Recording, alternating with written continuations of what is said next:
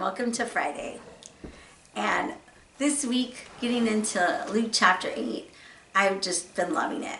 We had a parable, we had a couple teachings, a couple of miracles, and today we're going to close out with a miracle, which I really love. And it's Jesus restores a demonic man. And the passage is verse 26 to 39. And so it's a little lengthy, but I'm not going to read it all, but I'm going to paraphrase the story and then point out some things for our attention. So here we are. Jesus goes across the lake from Galilee, and then when he goes ashore into Gazarenes, he was met by a demon-possessed man from the town. So think about this, a man, and he's been possessed by these demons, and so his quality of life is pretty bad. And so he cries out to Jesus, and he's saying, please release me, Jesus. And so Jesus commands the demons to come out, and but they're saying, Jesus, just send us somewhere else. So Jesus sends these demons into these pigs, and then these pigs go on this hillside, and they go into this lake, and they drown. And so, of course, the people of the town are not happy about these pigs drowning. And they look at, but this man is just so, freed from this demon possession that he worships Jesus, and he asks Jesus, can I go with you? And Jesus says, no, I want you to go back into this town and tell him what I've done. So let's kind of look at some of these highlights. So first of all, Jesus is going into a Gentile environment, again showing us that he is for everyone. He definitely went to the Jews, but then is doing an expansion of his ministry into a Gentile environment. So Gerasa was a city of the Decapolis, and it was 30 miles southeast of the Sea of Galilee. And what was interesting is Jesus looks like he's on his own. He's not with his disciples. And so when Jesus entered this tomb where this demon-possessed man was, again, Jesus was defiling himself. But Jesus he willingly entered. Again, where human need is needed, Jesus is willing to defile himself from the ceremonious law. And then when Jesus asked the man his name, he says, what is your name? And the reply is Legion, meaning that there was a regiment of demons that had entered him. So when they used that term legion, the Roman legion, there was about 6,000 soldiers, this kind of meaning legion. So maybe there was over 6,000 demons that had entered him. We don't know, but there was definitely a lot of demons that had possessed this man. So here's the difficult part of the story, is Jesus cured the man, but at the expense of the owner of the animals. So you might think, well, what about this owner that lost all these pigs? And what about all these animals who drowned, right? But the cure of the man was more important than the herd of pigs.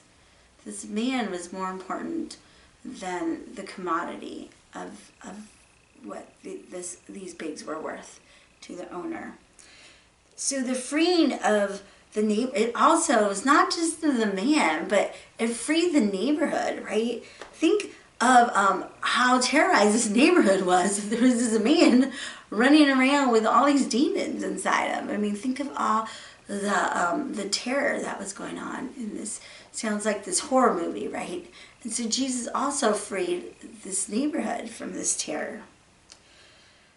So, but instead of welcoming Jesus, what's interesting in this response is instead of welcoming Jesus, they asked him to leave.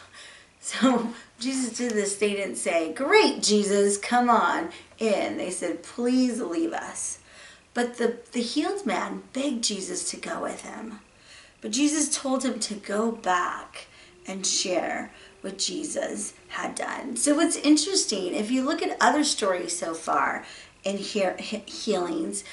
Jesus tells them, be quiet, right? Don't tell people, because he's worried that his popularity is going to get too strong, and his time isn't at hand yet for his ministry, for he know that his death is coming. But in this Gentile environment, there was a little danger of arousing messianic speculations. So it was kind of safe for Jesus to say, it's all right, these Gentiles weren't going to try to force his hand to be the Messiah that they wanted. But so Jesus instead was saying, go tell people of what I did to free you. So here's a question I have for you, is what has Jesus freed you of? What has Jesus freed you of? He's freed each of us of sin. What may be pattern of sin that has changed you? Or what has Jesus freed you maybe of your temper, or maybe of your anger problem, or bitterness? Or he's allowed you to forgive someone.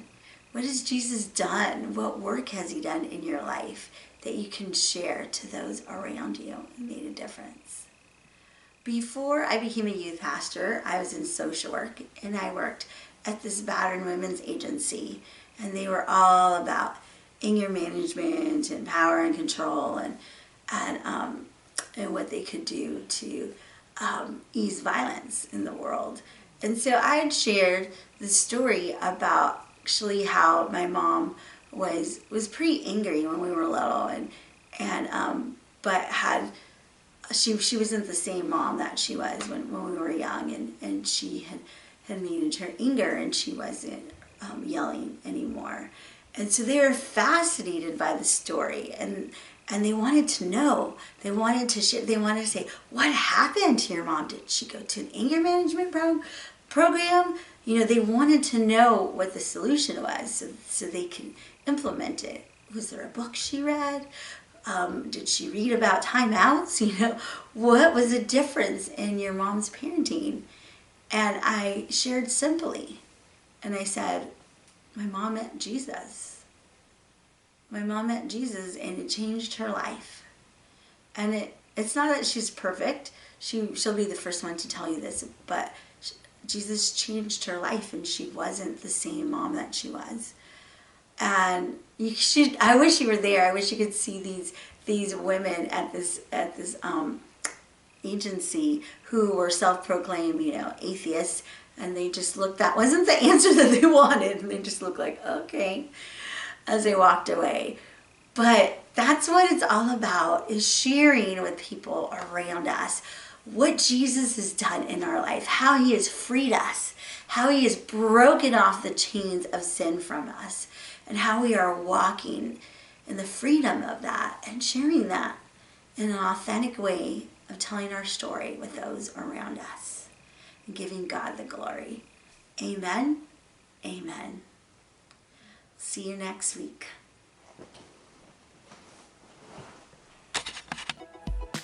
Hello, and welcome to 5 Minutes a Day with God. And if you are encouraged again by this tool, it's just a tool to get us into the Word together. Just a start. Because again, it's hard to know sometimes where to start in the Word. So I pray that this has been an encouraging tool for you. So would you subscribe? Would you tell others? Because the goal is that many other people will come to know God, would maybe hear about Jesus through going through the Word. Thank you.